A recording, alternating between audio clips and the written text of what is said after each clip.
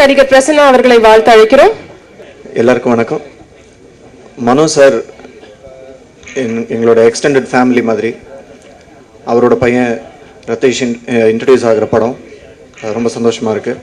என் சார்பா, ஸ்னேகா சார்பா, ரத்தீஷும் இந்த படம் வெற்றியடைய வாழ்த்துக்கள். தேங்க்யூ. நன்றி.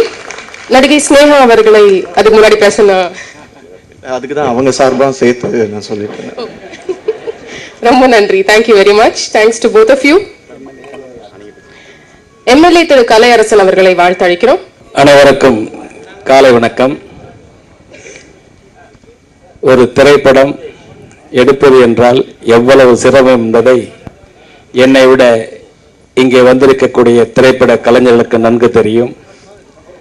அந்த வகையில் எங்களது பகுதியில் இருந்து வந்து ஒரு நல்ல முயற்சியாக, முன்மாதிரியாக ஒரு சமுதாய சீர்திருத்த படம் எடுத்திருப்பது பாராட்டுக்குரியது. அந்த வகையில் தயாரிப்பாளர்களுக்கும் திரைப்படத்துறையை சார்ந்த கலைஞர்களுக்கும் என் நெஞ்சம் நிறைந்த வாழ்த்துக்களை தெரிவித்து வெற்றி பெற இனிதே வாழ்த்துகிறேன். வணக்கம். நன்றி. திரு வி சேகர் அவர்களை வாழ்த்து அழைக்கிறோம். எங்கள் பகுதியைச் சேர்ந்த சட்டமன்ற உறுப்பினர் கலையரசு அவர்களே, மேடையிலே அமர்ந்திருக்கக்கூடிய எங்கள் திரையுலக நண்பர்களே, பெரியவர்களே, தாய்மார்களே, அந்த வெற்றி படம் மிக பெரிய வெற்றி படமாக அமைய முதலில் வாழ்த்துகிறேன். இந்த படத்தில் இருக்கக்கூடிய கலைஞர்களும் டெக்னீஷியன்களும் ஏதோ ஒரு வகையில் என்னோடு நேரடியாக தொடர்புடையவர்கள். வழக்கமாக வக்கீல் பையன் வக்கீல் ஆகிட்டு இருக்காங்க நாட்டில். டாக்டர் பிள்ளைங்க கண்டிப்பாக டாக்டர் தான் நாட்டில், அதில் மாற்றமே இல்லை. வாத்தியார் பிள்ளைங்க வாத்தியாராக தான் இருக்கிறாங்க நிறைய பேர் இடத்துல. அப்படி இருக்கும்பொழுது ஒரு டெக்னீஷியன்ஸ் புள்ளியோ ஒரு சினிமா கலைஞருடைய புள்ளியோ சினிமாவில் வர்றது நியாயமானது. நான் கூட முதல்ல நினைச்சேன், என் பையன் எதுக்கு சினிமாக்குள்ளே கொண்டு வரணும் அப்படின்னு இன்ஜினியரிங் படிக்க வச்சேன், எம்பிஏ எல்லாம் அனுப்பிச்சு விட்டேன். அப்புறம் திரும்ப பார்க்கும்போது பார்த்தா எல்லா துறையிலும் எல்லாருடைய வாரிசு வரும்போது ஏன் சினிமாவில் நம்ம வாரிசு வரக்கூடாதுன்ற எண்ணம் எனக்கு மாதிரியே மனோவுக்கு வந்துருச்சு. இதில் இருக்கக்கூடிய நான் பாடல் பார்த்தேன். அப்புறம் என்னுடைய படத்தில் கதாநாயகியாக நடிக்கிற அருந்ததி அடிக்கடி இந்த படத்தில் என்னென்னலாம் நல்லா வந்துட்டு இருக்கோ அது கூட சொல்லுவாங்க. சார் இந்த படம் இது ஷூட்டிங் எடுக்கிறாங்க, பாட்டு நல்லா வருது, அது நல்லா வருது, அதுன்னு எல்லாம் சொல்லுவாங்க. அது மட்டும் இல்லை, பாட்டை பார்க்கும்போதே கதாநாயகன் விறுவிறுப்பாக இருக்காரு, இயக்குனர் நல்லா இயக்கி இருக்காருன்றது இது மூலியமா தெரியும்.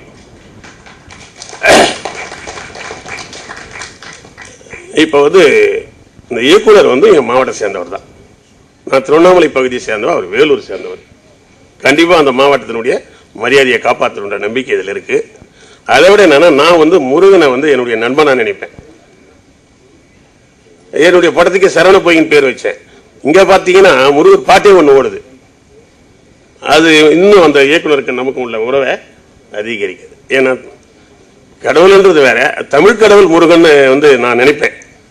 அது கரெக்டா அதுல வார்த்தையில வந்த உடனே நான் ஒரு மாதிரியா ஆயிட்டேன். நான் எது தெளிவான டைரக்டரா தான் இருக்கிறேன். ரெண்டாவது, எல்லாம் இப்போ வெளியில எல்லாம் ஒரு டைரக்ட் பண்றது எவ்வளவு கஷ்டமோ, கேமரா எடுக்கிறது எவ்வளவு கஷ்டமோ, அதே மாதிரி நடிப்பதும் ரொம்ப கஷ்டமான விஷயம்.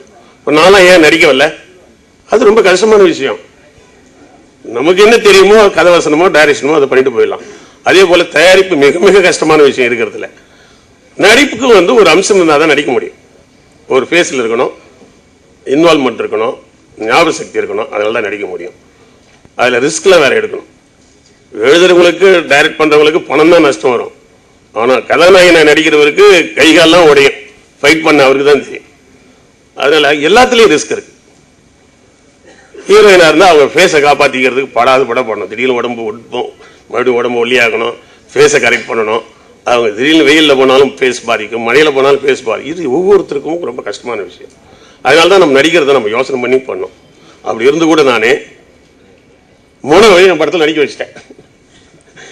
ஒரு படம் பிறந்து விடா புது விடா படத்தில் இளையராஜா சார் நடிக்கணும்னு நான் கண்டிஷன் போட்டேன். அப்போ இந்த மியூசிக் பண்ணுறீங்க இந்த படத்தில், என் படத்தில் நடிக்கிறீங்க என்ன. அவர் என்ன தட்டுறதுக்கே முடியாம என்ன பண்ணிட்டார், நடிகர் சேகரன்ட்டார்.